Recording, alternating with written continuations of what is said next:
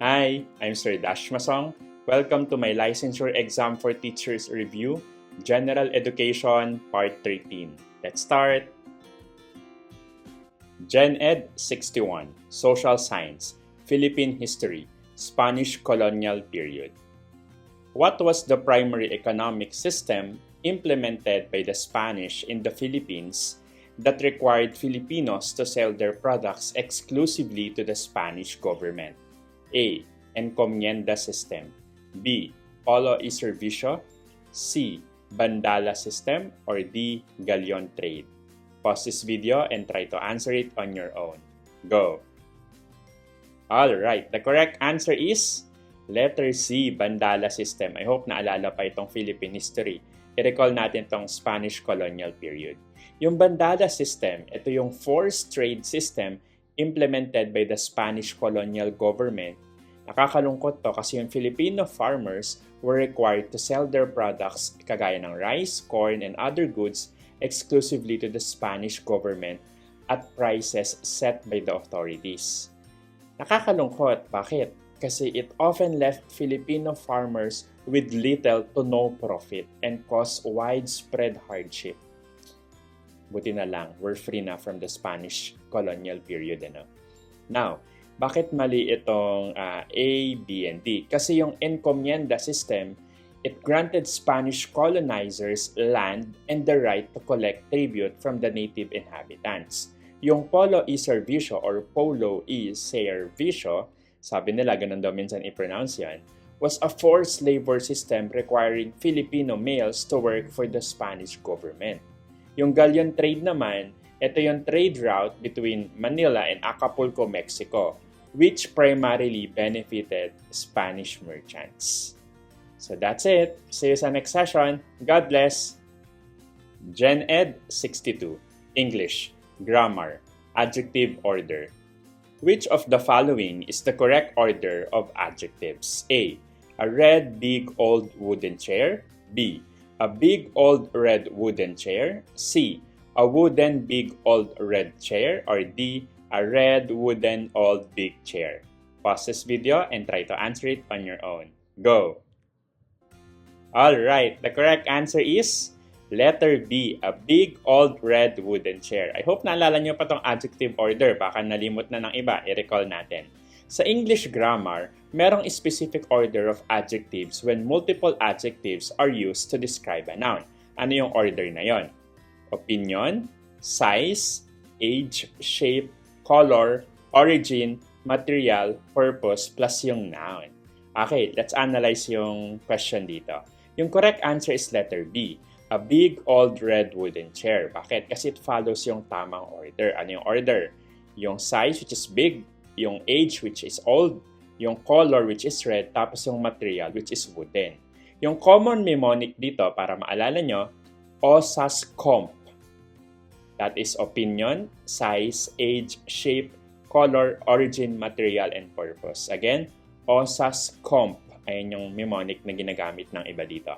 Opinion, size, age, shape, color, origin, material, and purpose. That's it. See you sa next session. God bless. Gen Ed 63, Mathematics, Decimals, Multiplication.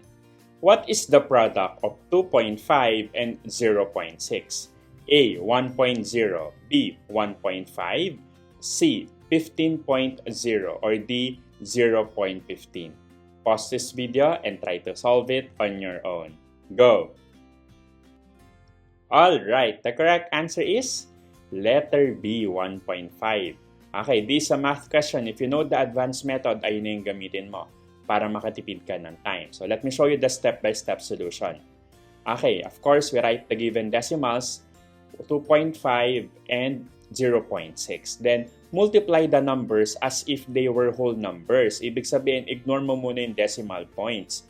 So, 25 times 6 is 150. From there, count the total number of decimals in the factor. So, meron kang 2.5 tsaka 0.6. Meron silang tig isang decimal place. Tama?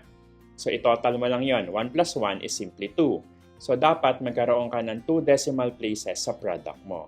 Eh, ang product mo is 150. Tama? So, we need to place the decimal point so that there are 2 decimal places. Okay, so write 150.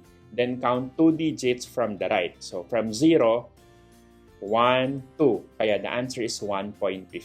Sir Dash, wala naman yung 1.50 sa choice. Take note, yung 0 after the decimal can be ignored. Ibig sabihin, yung 1.50 tsaka 1.5 ay equal na lang. Kasi yung 0 doon, after the decimal point, wala na siyang value. Example, yung letter A, 1.0.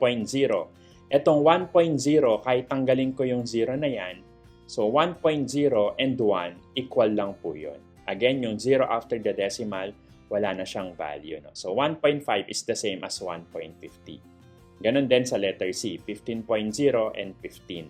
That's it. See you sa next session. God bless. Gen Ed 64. Science, Earth Science, Layers of the Atmosphere. In which layer of the atmosphere does weather occur? A. Troposphere. B. Stratosphere. C. Mesosphere. Or D. Thermosphere.